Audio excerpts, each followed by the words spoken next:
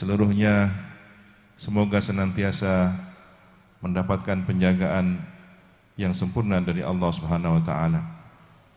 Semenjak bermunajat, berkhidmat dalam kesatuan, bergerak menuju masa kejayaan dalam rangka peringatan Maulid Nabi Muhammad sallallahu alaihi wasallam dan hari jadi Sumeneb ke-754 tahun 2023 yang tadi menurut Bapak Bupati hari ini 31 Oktober bertepatan dengan tanggal hari jadi Sumeneb.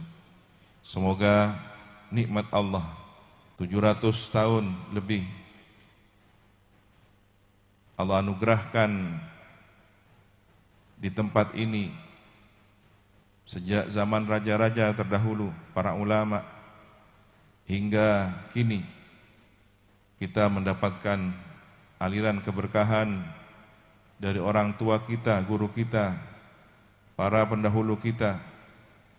Maka tentu sebagai wujud syukur kepada Allah Subhanahu wa taala, dan di antara cara bersyukur kepada Allah adalah berterima kasih kepada orang-orang yang berjasa menjadi wasilah datangnya nikmat pada kita.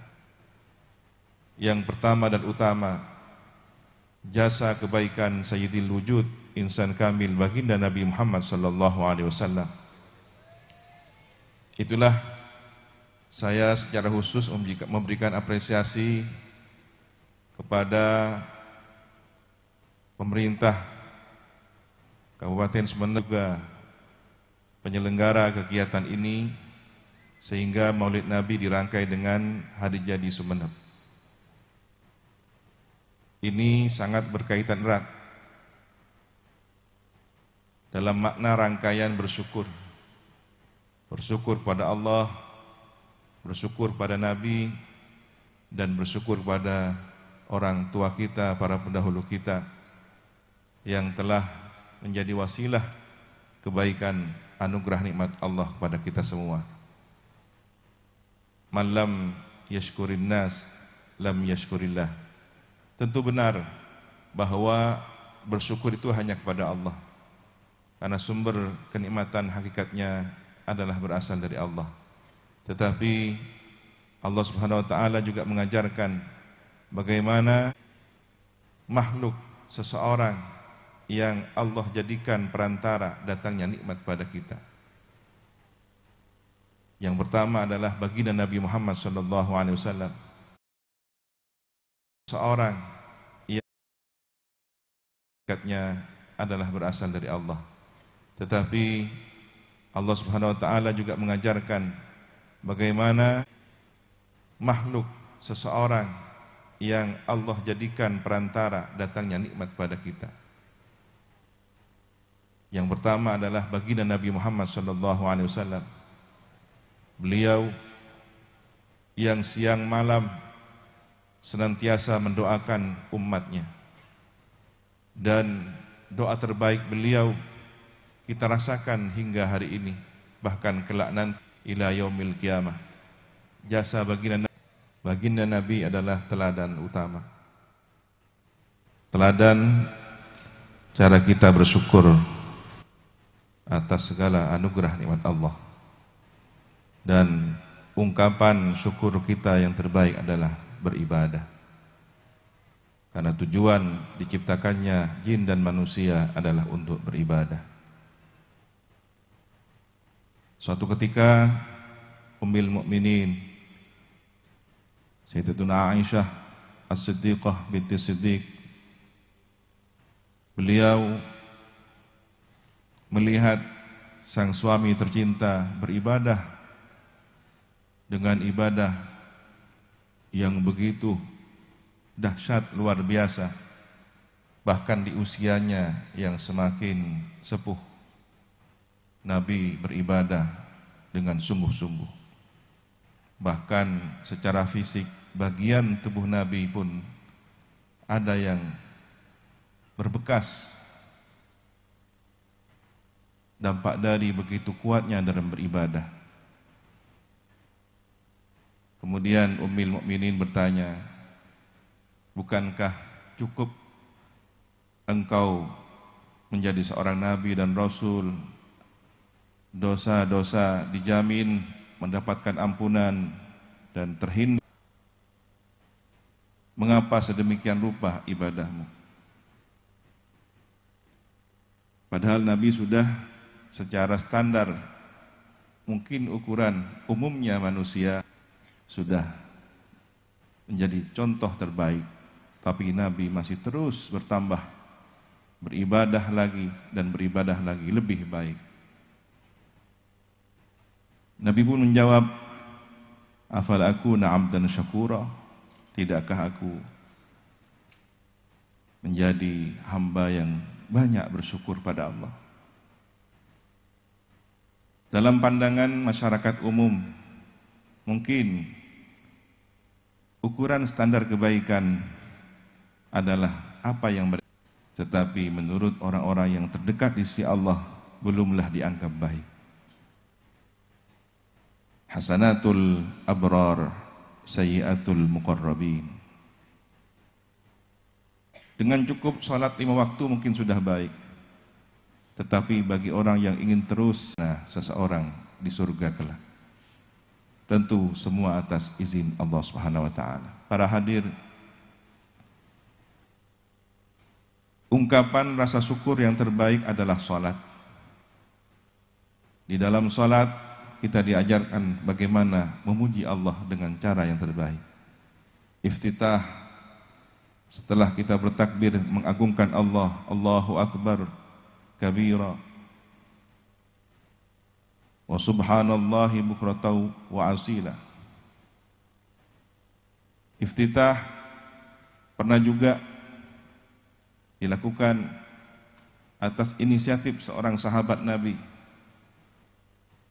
Diriwayatkan oleh Sayyidina Abdullah ibnu Umar, suatu ketika para sahabat bersama Nabi, ketika sholat berlangsung, ada orang berinisiatif baca doa, dan doa ini kemudian mendapatkan perhatian khusus Nabi. Selesai, ada salah seorang sahabat, saya Rasulullah, aku melihat para malaikat berebut menyambutnya, dan doa ini kemudian diantar menuju arsy Allah. Pintu langit terbuka.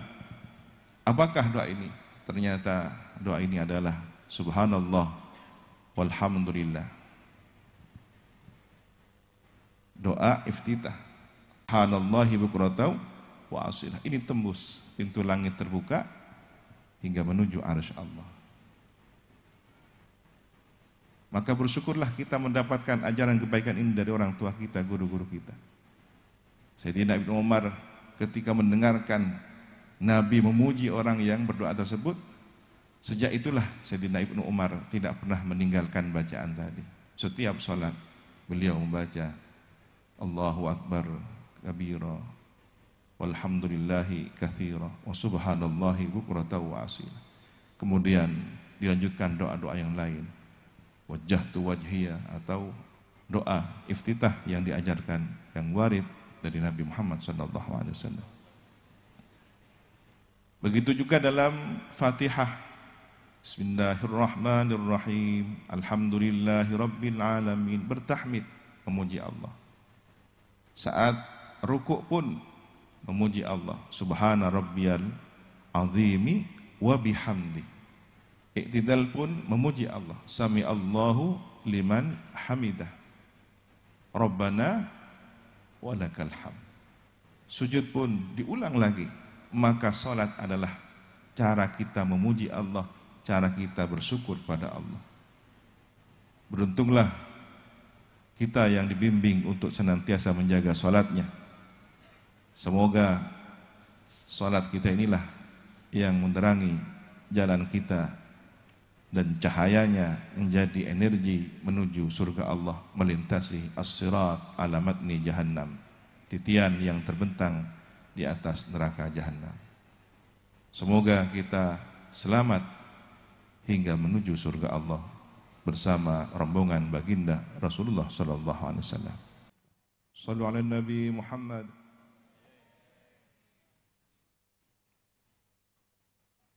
Baginda Nabi mengajarkan kepada kita untuk senantiasa bersikap syukur, bahkan dalam suka ataupun duka. Seorang mukmin yang sejati, mukmin yang benar-benar keimanannya terwujud dalam perilaku, bahkan ucapan lisannya senantiasa bersyukur pada Allah. Suatu ketika Nabi mengajarkan kepada umat ini bagaimana cara mensyukuri segala kondisi. Ketika beliau melihat ada sesuatu yang beliau senangi, beliau suka, mengajarkan pada kita mengucapkan alhamdulillah alladzi bi ni'matihi tatimmus shalihat. Ketika Nabi melihat sesuatu yang beliau tidak sukai, beliau pun mengajarkan kepada kita alhamdulillahi ala kulli hal. Ulama memberikan penjelasan bahwa hadis ini mengajarkan tentang adab. Di saat kita mendapatkan kebahagiaan, senang, sedang bersuka cita, maka kita melafadzkannya dengan kalimat alhamdulillah alladzi bi ni'matihi tatimmus shalihat. Bahwa segala amal kebaikan sebenarnya juga adalah anugerah dari Allah Subhanahu wa taala. Itulah mengapa kemudian kita diajar oleh Nabi, Allahumma a'inni ala dzikrika wa syukrika wa husni ibadatik. Bahwa sebaiknya kita bermohon kepada Allah untuk minta ma'unah, pertolongan, terus dalam berzikir mengingat Allah, bersyukur kepada Allah, dan beramal amal yang terbaik. Ini artinya ketika kita melakukan aktivitas positif, segala kebaikan itu sebenarnya adalah kebaikan dari Allah Subhanahu wa taala.